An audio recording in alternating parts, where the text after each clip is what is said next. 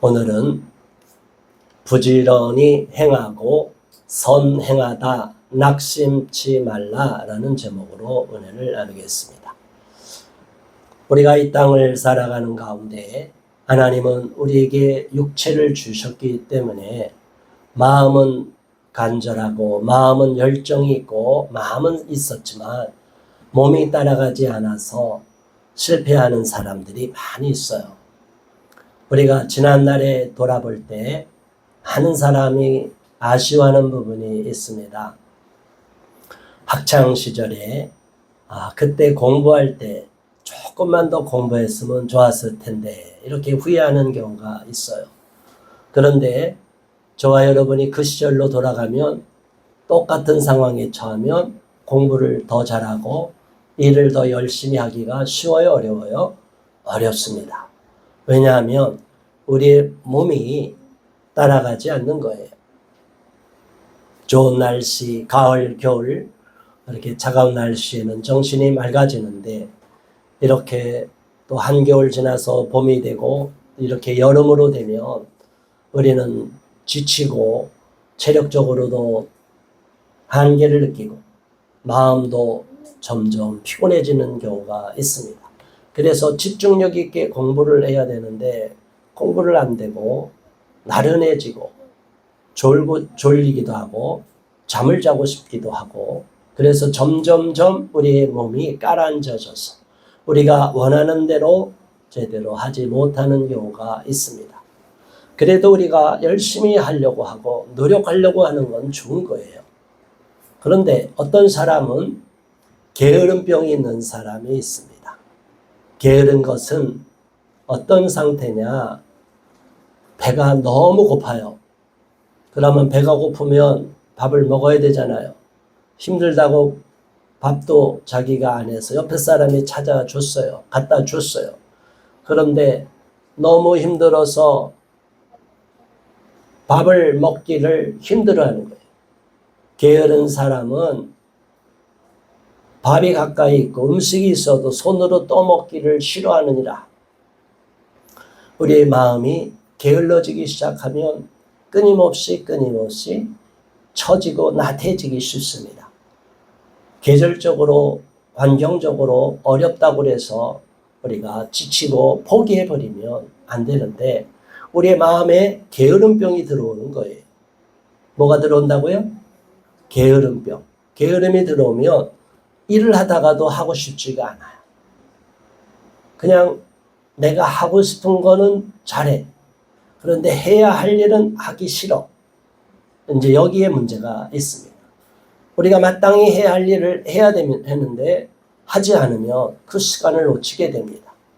우리 학생들 어린아이 때부터 우리 저기 설아부터 공부를 열심히 해야 되는데 공부 안 하고 게임만 하려고 하거나 다른 거 하면 안 되겠죠.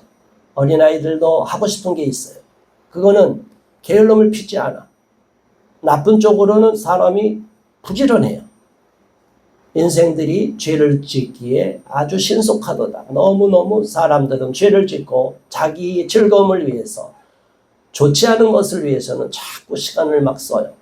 그런데 우리가 하나님을 위해서 생산적인 일을 위해서 나의 인생을 위해서 미래를 위해서 투자해야 되는 시간에 대해서는 너무나 아까워하고 인색해져 버리고 있어요. 지난 한 주간을 돌아볼 때 저와 여러분이 또 돌아볼 것은 우리 예수님을 믿는 사람은 하나님께 기도하는 것이 영혼의 호흡이에요. 우리 영혼이 살아나고 예수님을 믿고 구원을 받고 나면 우리 영혼이 호흡을 하게 되는데 기도하는 것이 영혼의 호흡을 잇게 되는 거예요. 근데 기도를 끊쳐버리고 기도하기를 쉬게 되면 영혼이 점점 쇠약해지게 되고 처지게 됩니다.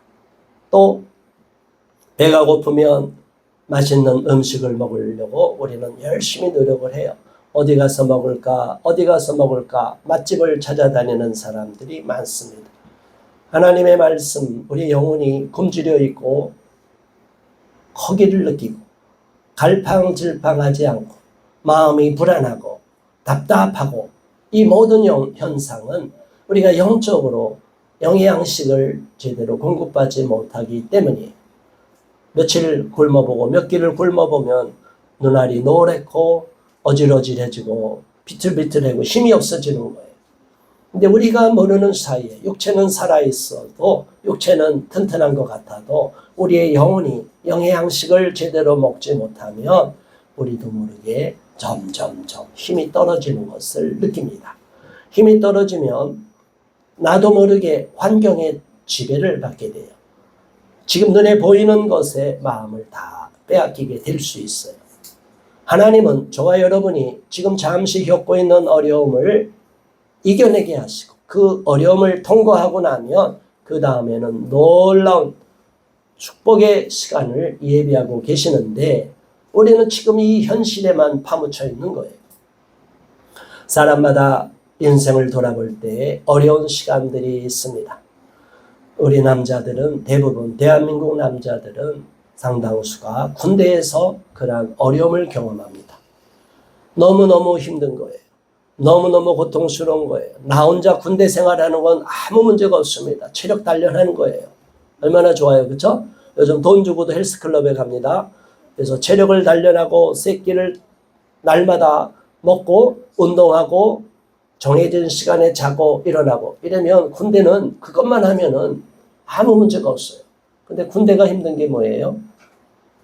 나랑 원치 않는 사람이랑 한 내무 안에 살아가는 거예요.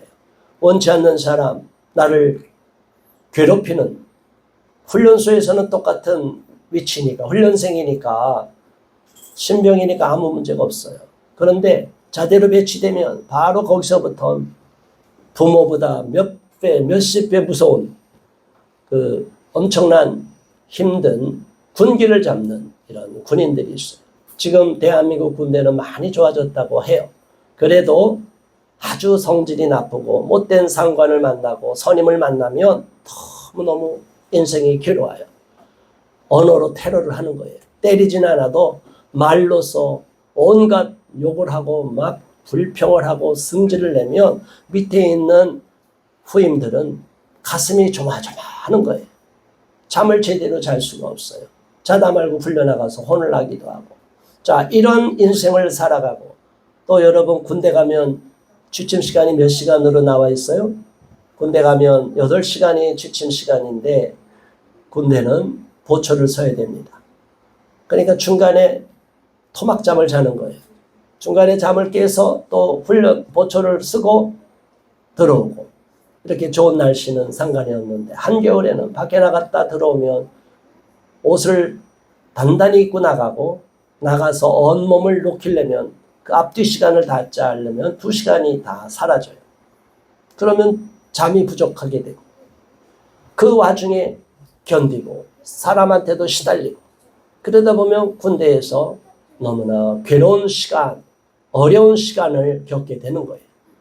그런 어려운 시간 속에서 우리가 그 어려움을 못 극복하고 어떤 사람은 탈영하기도 하고 안 좋은 일을 겪기도 하고 그럽니다. 자, 여러분 우리 모두가 하나님 앞에 바로 서고 우리 하나님을 더욱 섬기고 하나님 앞에 인내하고 충성해야 되는데 그 어려운 때를 각 사람에게 주어지는 인생의 어려운 때가 있는데 그 어려운 때를 인내하지 못하고 견디지 못하면 우리는 더 큰 낭패를 겪을 수 있다는 것을 아시고 절대로 좌절하거나 극단적인 생각을 해서는 안 됩니다. 우리 모두가 하나님 앞에 바로 서야 됩니다.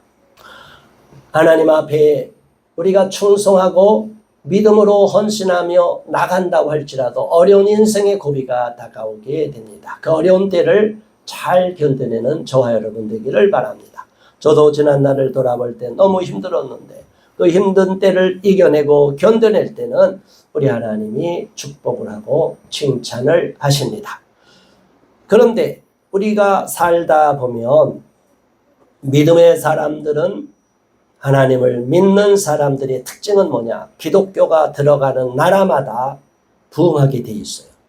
기독교가 들어가는 가정마다 잠시 환란이 있고 안 믿는 영적인 싸움이 있기도 하지만 긴 시간을 놓고 보면 그 가정이 놀라운 축복을 받게 됩니다. 예수를 믿는 가정, 예수님을 믿는 가정 가운데 가장 기본으로 성경에서 늘 하는 말씀이 뭐예요? 우리는 부지런하게 만들어요. 열심히 노력하게 만들어요. 땀 흘리게 만들어요. 시간을 낭비하지 않게 만들어요.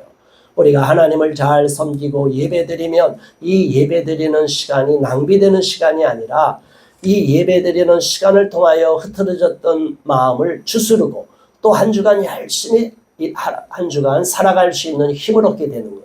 그래서 신앙생활을 잘하며 믿음 생활을 잘하는 저와 여러분들은 삶이 윤택해지고 우리 삶 속에서도 목표가 분명히 세워지고 그 목표를 달성할 수 있는 힘을 얻게 되고 그래서 원하는 바대로 소망하는 대로 또 우리가 기도하면 우리가 기대하는 이상으로 능력 이상으로 놀라운 축복의 은혜를 주실 줄 믿습니다.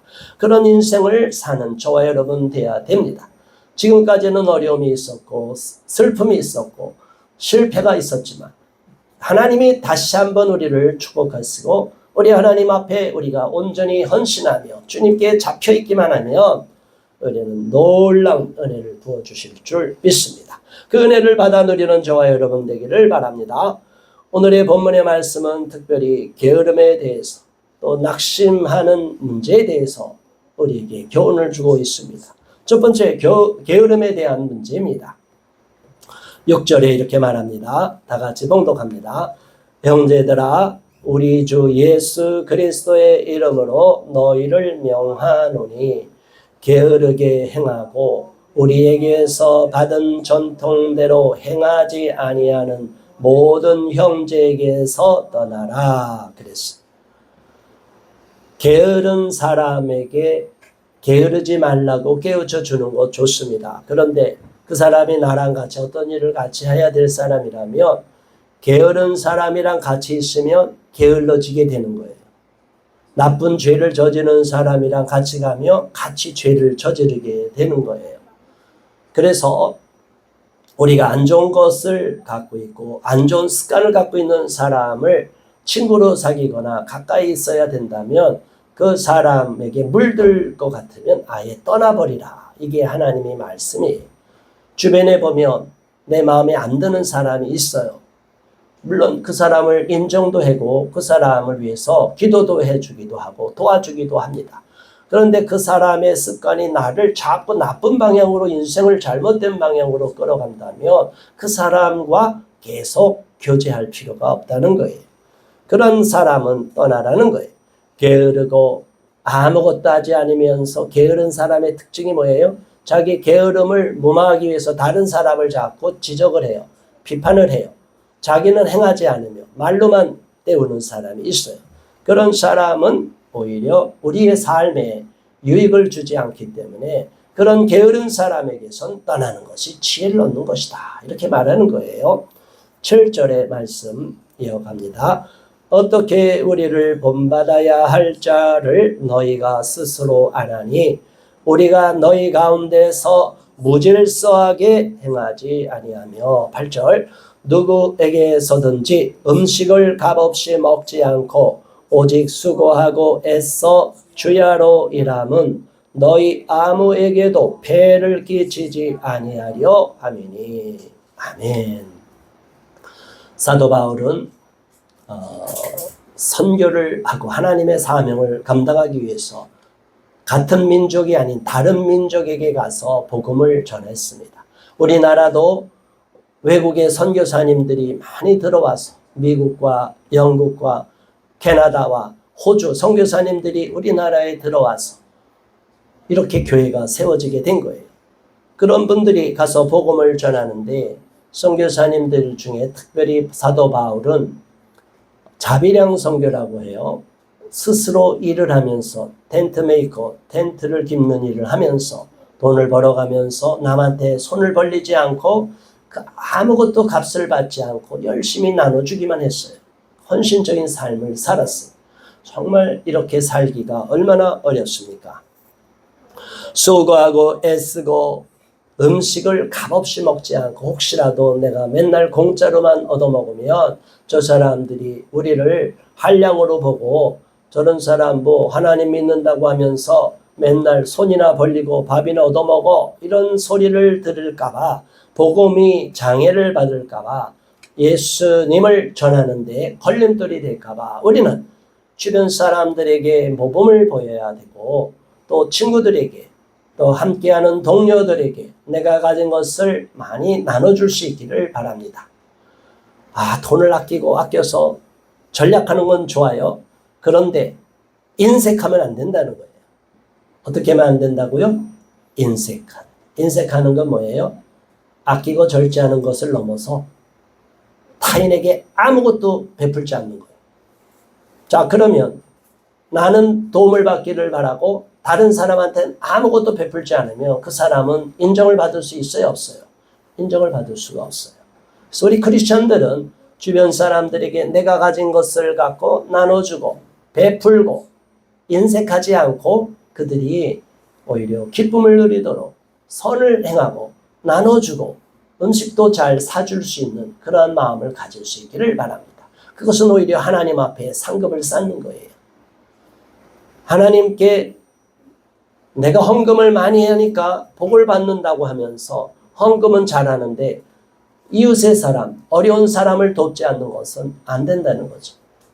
이웃도 잘 섬기고 하나님도 잘 섬기는 저와 여러분 되시기를 주님의 이름으로 축원합니다. 9절에 이렇게 이어서 말씀합니다. 함께 봉독합니다. 우리에게 권리가 없는 것이 아니요 오직 스스로 너희에게 본을 보여 우리를 본받게 하려 함이니라. 아멘.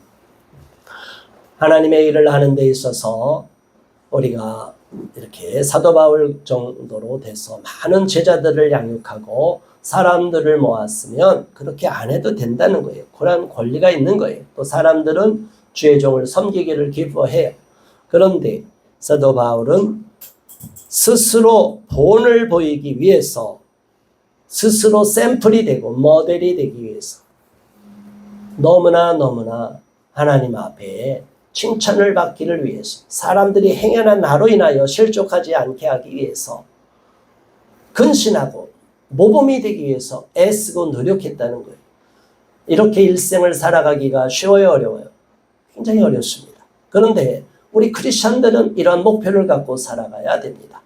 그냥 나 하나 주변에 저렇게 살아가니 이웃도 그렇게 살아가니 그냥 이렇게 아무렇게나 산다. 이거 갖고는 우리가 하나님 앞에 칭찬을 받을 수가 없어요. 우리 예수 믿는 사람들은 남이 나를 어떻게 보는지 내가 예수님을 믿는 사람으로 알고 있다면 저들이 나의 행동을 다 주시를 합니다. 우리가 예수님 믿기 전에 어떤 삶을 살았는지 보세요. 예수님 안 믿는 사람을 다 보고 평가를 합니다. 지금도 마찬가지예요. 그런데 우리가 막상 예수님을 믿는 사람이 되고 하나님께 충성하고 순종한다고 하면서 주변 사람들이 볼 때 모범이 되지 않는 삶을 산다면 하나님이 안타까워하시는 거예요. 주변 사람들이 우리를 자꾸 모양을 보고 행동을 보고 판단하고 평가되고 자칫하면 실족하는 사람도 생기면 안 된다는 거예요. 우리는 하나님 앞에 칭찬받기 위해서 하나님을 모르는 사람들에게 모범이 되기 위해서 그들이 행여나 실족하지 않도록 삶의 본을 보여야 될 줄로 압니다. 우리 인생 가운데 어려움이 다가올 때는 이런 생각을 할 수가 없어요. 막 무너질 수 있어요. 저도 그러한 지난날에 부끄러운 모습이 있고 실수하는 모습이 있었어요. 그러나 이제는 그러한 모습을 반복해서는 안 된다는 걸 말하는 것입니다. 10절에 이어서 말씀합니다. 우리가 너희와 함께 있을 때에도 너희에게 명하기를 누구든지 일하기 싫어하거든 먹지도 말게 하라 하였더니.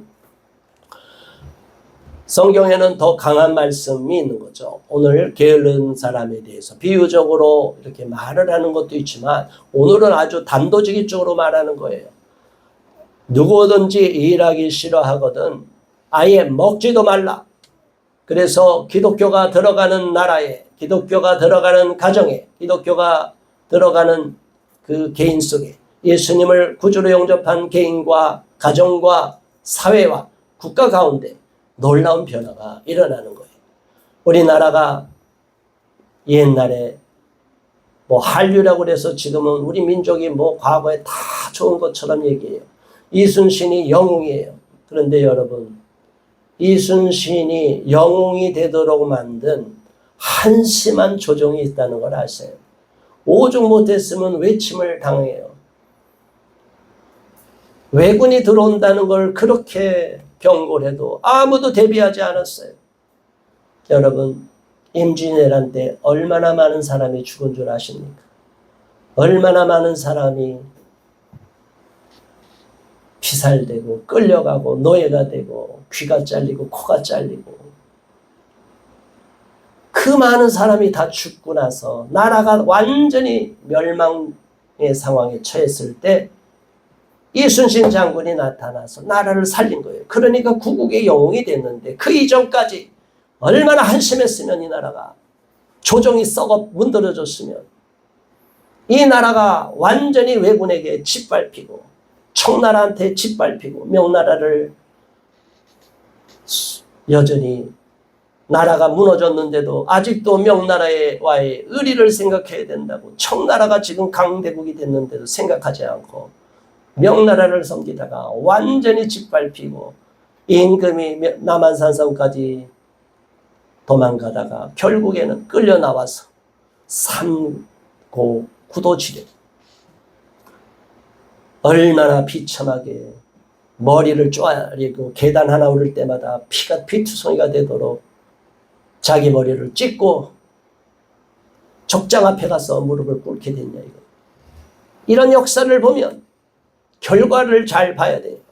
우리가 헬도리를 안 하고 나라를 지키지 않고 우리 민족이 게으르고 나태하고 양반과 상놈이 산업공상이 다 찢어져 갖고 양반들은 다 썩어 문드러지고, 구한말에 가면은 완전히 돈 주고 다 양반도 사버렸어요.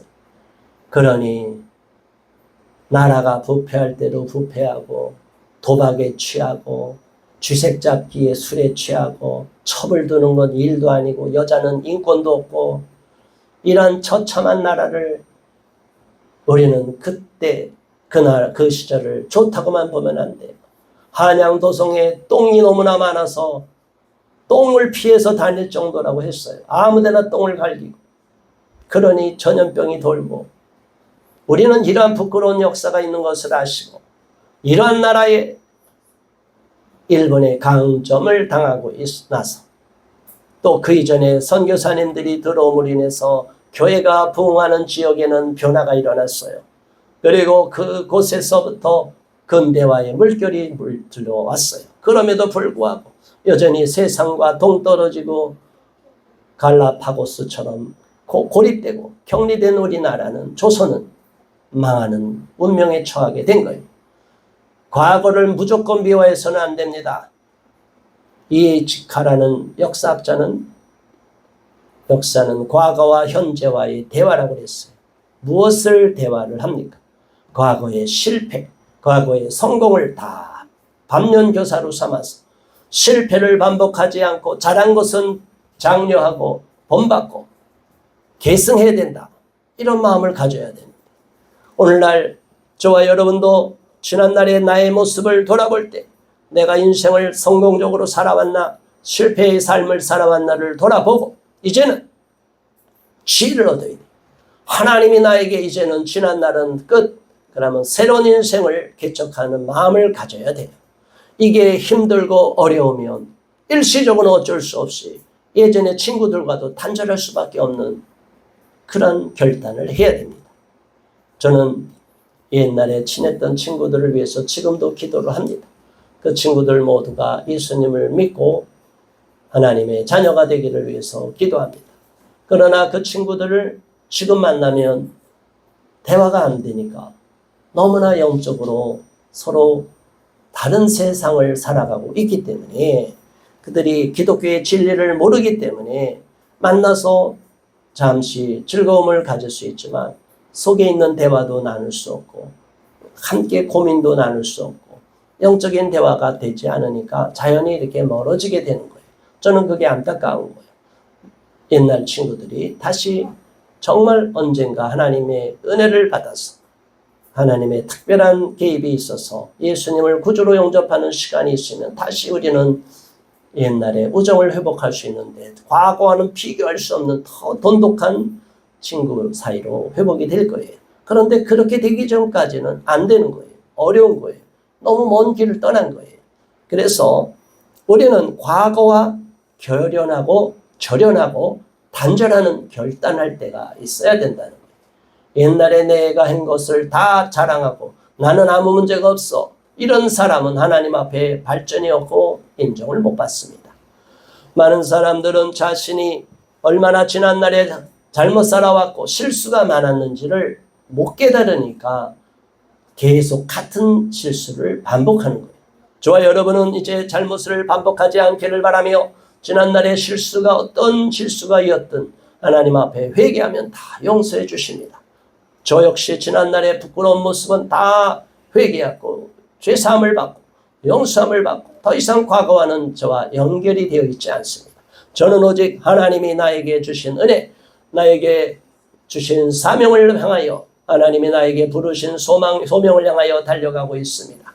저와 여러분은 그런 마음을 가져야 돼요. 그러니까 부지런할 수밖에 없어요. 하나님 앞에 새로운 인생의 목표를 갖게 되니까 인생을 낭비하지 않게 되고 시간을 낭비하지 않게 됩니다. 그렇다고 아무것도 하지 말고 우리가 골방에만 처박혀 있고 아무것도 사람도 만나지 않고 고립된 삶을 살느냐, 이게 아니에요. 그런 삶을 살되 우리의 마음속에, 마음의 중심에, 우리 인생의 목표에는 항상 하나님과의 관계 속에서 하나님이 주시는 약속, 하나님이 주시는 놀라운 축복의 미래를 소망하며 달려나가야 된다는 것입니다. 지금까지는 우리의 삶이, 인생이 꺾이는 전환점이 있어요. 그리고 사회학적으로도 티핑 포인트라는 게 있어요. 어느 시점에 가면 그 숫자만 채워지면 확 그 도시가 전체적으로 바뀌는 경우가 있어요. 이제 그게 미국 같은 경우 백인들이 사는 지역에 유색인종, 이제 우리 동양인을 비롯해서 흑인들이 이렇게 막 들어가면 어느 인구 숫자 퍼센테이지가 딱 올라가면 티핑 포인트라고 해서 그 살던 원주민들이 다 도망가고 그쪽은 외지인들이 다 차지하게 된다고 합니다.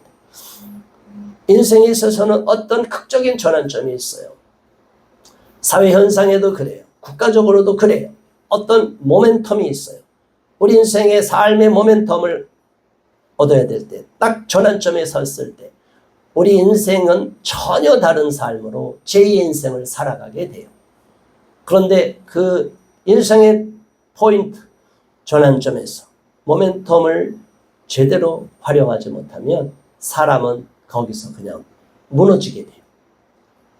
과거에 누구 때문에 그래서 원망하게 돼요. 누구 때문에 내 인생이 망가졌다. 왜냐하면 그 사람은 그 삶을 전환점으로 긍정적으로 받아들이지 않고 부정적으로만 받아들인 거예요. 원망한 거예요. 사람을 미워한 거예요. 나를 힘들게 한 사람을 저주한 거예요. 그러니까 우리 인생은 계속 부정 감정에 사로잡혀서 부정적으로만 끌려가게 돼요. 저와 여러분 중에 혹시 그런 사람이 있다면 다 떨쳐버리고 하나님이 주시는 놀라운 축복의 미래를 바라보기 바랍니다. 그러한 일 때문에, 불행 때문에 오히려 인생이 바뀐 거예요. 세상에 성공한 사람 중에 한 번에 단번에 성공한 사람은 별로 없어요. 사업가든 어떤 분야든지 그 사람들이 다 숙이나 보면 대부분 어떤 경우를 말합니까? 실패를 통하여 배우는 거예요. 좌절을 통하여 배우는 거예요. 절망을 통하여 딛고 일어서는 거예요. 그럴 때 새로운 인생이 펼쳐지는 것을 믿으시기 바랍니다. 우리 인생은 끝난 것이 아닙니다. 하나님이 볼 때 긴 인생 가운데 한 부분 일시적으로 어려움이 다가온 거예요. 저와 여러분에게 하나님이 앞으로 주실 놀라운 미래를 바라볼 수 있기를 바라며 하나님이 나에게 주신 그 사명을 향하여 열심히 달려가고 부지런하게 충성을 다할 수 있기를 바랍니다. 11절의 말씀입니다. 우리가 들은즉 너희 가운데 게으르게 행하여 도무지 일하지 아니하고 일을 만들기만 하는 자들이 있다 하니, 일을 만들고 생산적인 일을 하지 않고 일을 만들어서 자꾸 부정적인 일을만 하는 사람들이 있다는 거예요. 저와 여러분은 그런 사람들이 되어서는 안 되고 생산적인 일을 하고 남을 유익하게 하고 공동체를 세우는데 힘을 쏟는 저와 여러분 되기를 바랍니다. 저와 여러분이 있는 직장이 공동체라면 직장을 살리기 위해서 직장에서 열심히 땀 흘리고 남들이 보지 않아도 청소를 잘하는 사람 축복합니다. 하나님도 축복합니다. 사람도 인정해줘요. 또한 우리가 어디에 한 단체에 소속이 되면 거기서도 또 열심히 섬기면 다 사람이 보고 있고 인정을 받게 돼요. 교회도 마찬가지. 교회도 공동체입니다. 교회에 와서 여러분이 와서 그냥 남의 집 드나들듯이 왔다 갔다 하지 마시고 이 교회에 와니까 내가 이 교회는 뭐가 부족하구나. 우리 교회는 뭔가 부족한 게 있구나. 청소가 안 돼 있구나. 여러분이 많이 그런 마음이 온다면 그 자리를 채우는 거예요. 그래야 그 자리를 빛내고 이 교회를 아름답게 하고 이 교회가 내 교회가 되게 되는 거예요. 항상 우리 마음속에 시간을 들이고 마음을 쏟고 정성을 쏟는 것이 진정으로 내가 소유하게 되는 겁니다. 이 교회의 주인은 제가 아닙니다. 이 교회의 머리 되신 분은 예수님이고 여러분은 각 지체이기 때문에 이 교회를 잘 섬기는 데 있어서 여러분들도 힘을 쏟고 한 역할을 감당할 수 있기를 주님의 이름으로 축원합니다. 12절 이런 자들에게 우리가 명하고 주 예수 그리스도 안에서 권하기를 조용히 일하여 자기 양식을 먹으라 하노라. 자기 양식을 열심히 일하여 양식을 먹는 것은 물론이고 더 나가서 이웃을 어려운 사람을 베풀고 나눠주는 사람까지 되면 얼마나 좋겠습니까? 그러나 방해하고 일만 만들고 아무 일도 하지 않는 사람보다는 조용히 자기를 하고 자기가 일한 양식을 먹는 것은 그것이 가장 기본이라고 말하는 거예요. 더 나가서 또 중요한 두 번째 주제에 대해서 말합니다. 13절 말씀 다 같이 봉독합니다. 형제들아 너희는 선을 행하다가 낙심하지 말라. 낙심할 때가 있어요. 낙심이란 말이 뭐예요? 한자로 치면 떨어질 낙 마음심이 우리가 있는 마음이 심장이 덜컹 주저앉는 거예요. 마음이 툭 떨어지는 거예요. 마음을 바쳤던 힘이 에너지가 떨어지는 거예요. 의지가 희망이 다 꺾이니까 나도 모르게 마음이 툭 떨어져요. 그러면 일하고 싶어요? 안 하고 싶어요? 일하고 싶지 않아요. 우리가 열심히 일해서 직장에서 돈 벌고 또 열심히 또 공부하고 뭐 어떤 걸 하려는 것은 뭐가 있기 때문이에요? 희망이 있기 때문에, 소망이 있기 때문에. 그런데 낙심이 된다는 건 뭐예요? 이젠 끝. 나는 아무것도 안 해. 나는 끝났어. 만일 이렇게 생각하면 누가 좋아할까요? 마귀가 좋아합니다. 원수 마귀는 우리를 좌절시킵니다. 낙심하게 만듭니다. 포기하게 만듭니다. 원망하게 만듭니다. 그러면 어떻게 마귀가 춤을 춰요? 잘한다. 잘한다. 그렇지. 하나님 믿어서 무슨 소용이 있느냐? 그렇지. 이렇게 마귀가 자꾸 이렇게 부추겨요. 저와 여러분 마귀가 부추기는데 넘어가면 돼요? 안 돼요? 안 됩니다. 여러분 그 어려운 마음의 갈등을 이기고 이렇게 교회에 와서 예배드리는 여러분을 하나님이 축복하십니다. 어떠한 상황에서도 우리는 낙심하지 말고 하나님을 소망하며 절망 가운데서도 이겨내야 돼요. 마귀는 우리를 계속 꺾고 흩어버리려고 그래요. 장작불이 이렇게 타면은 막 불길이 오르는데 이 불길이 뜨거우면 한 사람 한 사람씩 장작을 빼버려요. 그래서 교회도 잘 부흥이 되고 은혜롭다가 사람들 하나하나가 떨어져 나가면 그냥 교회도 이렇게 식어버리는 거예요. 부흥이 안 되는 거예요. 저는 바랍니다. 우리 교회 성도님들 어려움이 있어도 이겨내기를 바라고 우리 교회 성도님들 계속 어려운 가운데 사랑의 공동체로서 코이노니아를 하고 서로를 위해서 중보기도 하고 끈끈한 유대감을 갖고 이 교회에 점점 흩어지는 교회가 아니라 모이는 교회가 되기를 바랍니다. 우리 교회에 많은 사람들이 계속 모여서 더 많은 사람들이 모여서 이 교회가 부흥이 돼서 더 큰 일을 감당할 수 있기를 소망합니다. 우리 모두가 그러한 목표를 놓고 함께 기도할 수 있기를 바랍니다. 은혜로운 교회는 특별한 사명이 있습니다. 이 나라와 민족을 위한 사명도 있지만 인권을 위해서 진정한 인권을 위해서 돕는 사명이 있어요. 아동인권을 인해서 아동을 신적으로 떠받들면 어떻게 하는 거예요? 아동이 불완전하고 아동은 부모의 훈육이 돼야 되는데 아동학대 신고만 들어가면 완전히 망가진다고 그래요. 요즘 아이들은 놀이터에서 어른들을 막 신고하려고 한다고 그러잖아요. 신고하는 것을 배우니까 서로 내가 먼저 신고한다고 애들이 놀이터에서 야단치면 저 엄마 아동학대야 해갖고 신고한대요. 이런 세상이 돼버렸어요. 아동학대라는 것을 너무 광범위하게 적용하다 보니까 어른 이렇게 하고, 또 어떤 사람은 놀이터에 어른 그네를 태웠다고 엄마가 이렇게 놀이터 태워주고 옆에 잡아줄 수도 있잖아요. 그거 위험하다고 아동 그네가 아닌 성인 그네를 태웠다고 신고하려고 하는 걸 보고 붙잡아 놓고 아니라고 했다고 그랬잖아요. 이게 어느 한 지역에서만 일이냐 이거예요.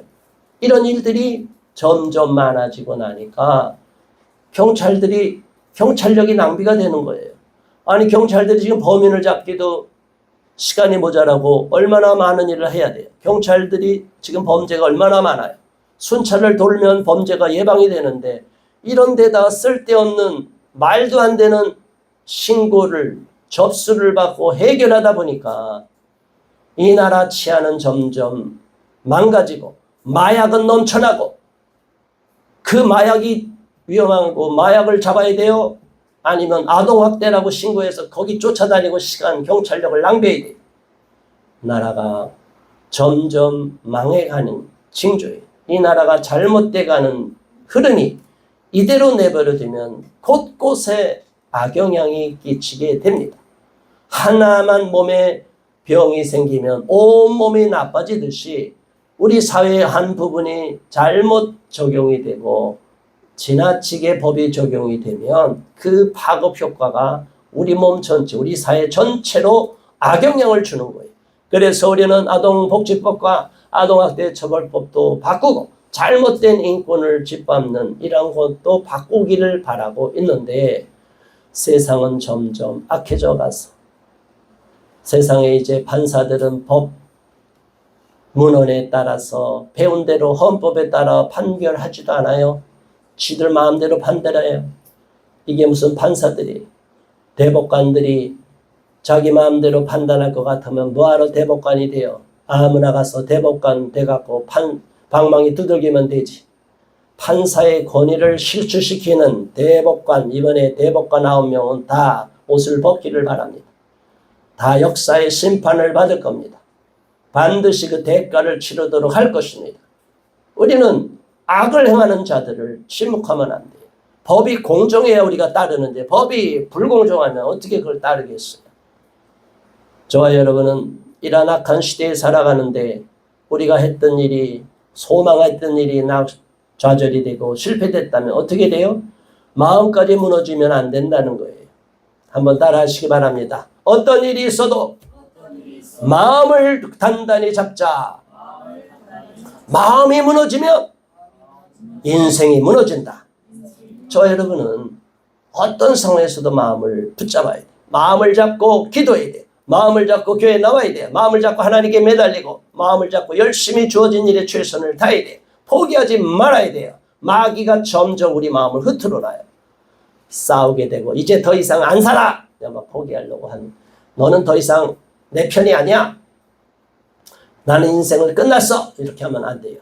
어떤 상황, 어떠한 일이 있어도, 사업을 하다가 포기하고 싶어도 아직은 끝이 하나님이 아니라 그러면 그 사업을 포기하면 안 돼요.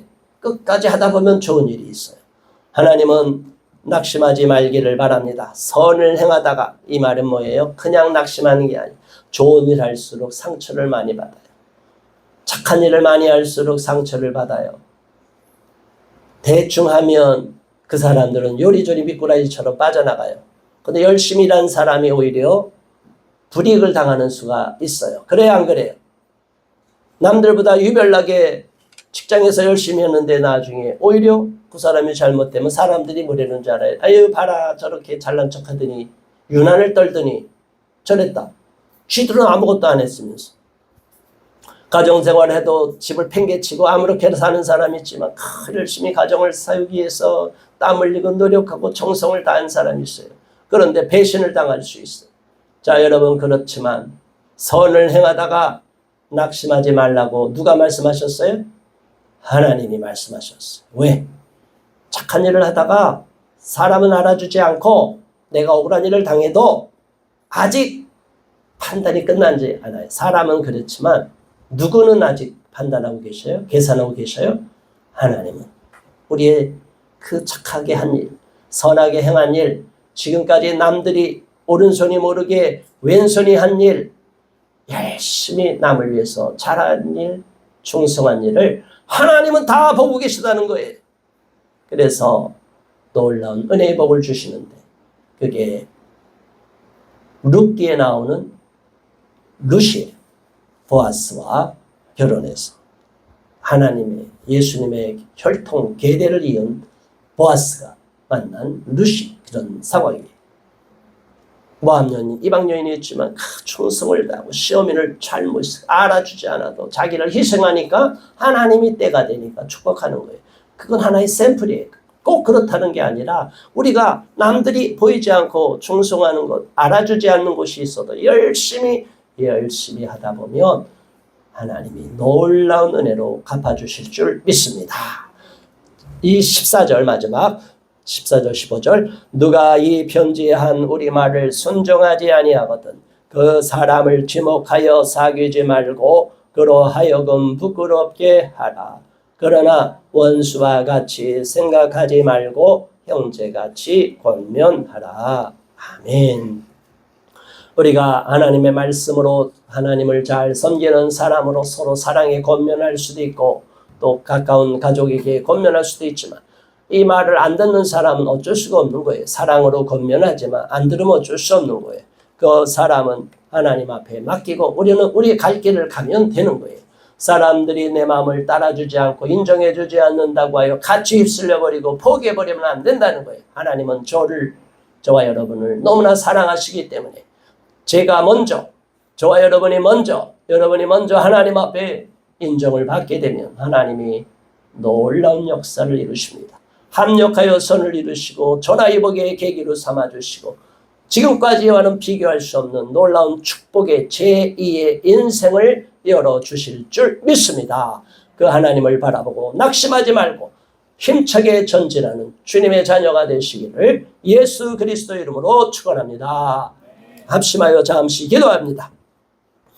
할렐루야. 하나님 아버지 고맙습니다. 감사합니다. 하나님 우리의 마음이 점점 나태해지고 지쳐갈 수도 있는데 게으르지 않게 하시고 마음을 새롭게 해주심을 감사합니다. 마음을 다시 다잡게 하여 주시옵소서. 지치지 않게 하시고 주변 사람들에게 손가락질 받지 않도록 내가 열심히 땀 흘려 일하며 노력하며 열심히 생산하여서 노동하여서 좋은 결실을 거둘 수 있도록 도와주시옵소서. 부지런한 자는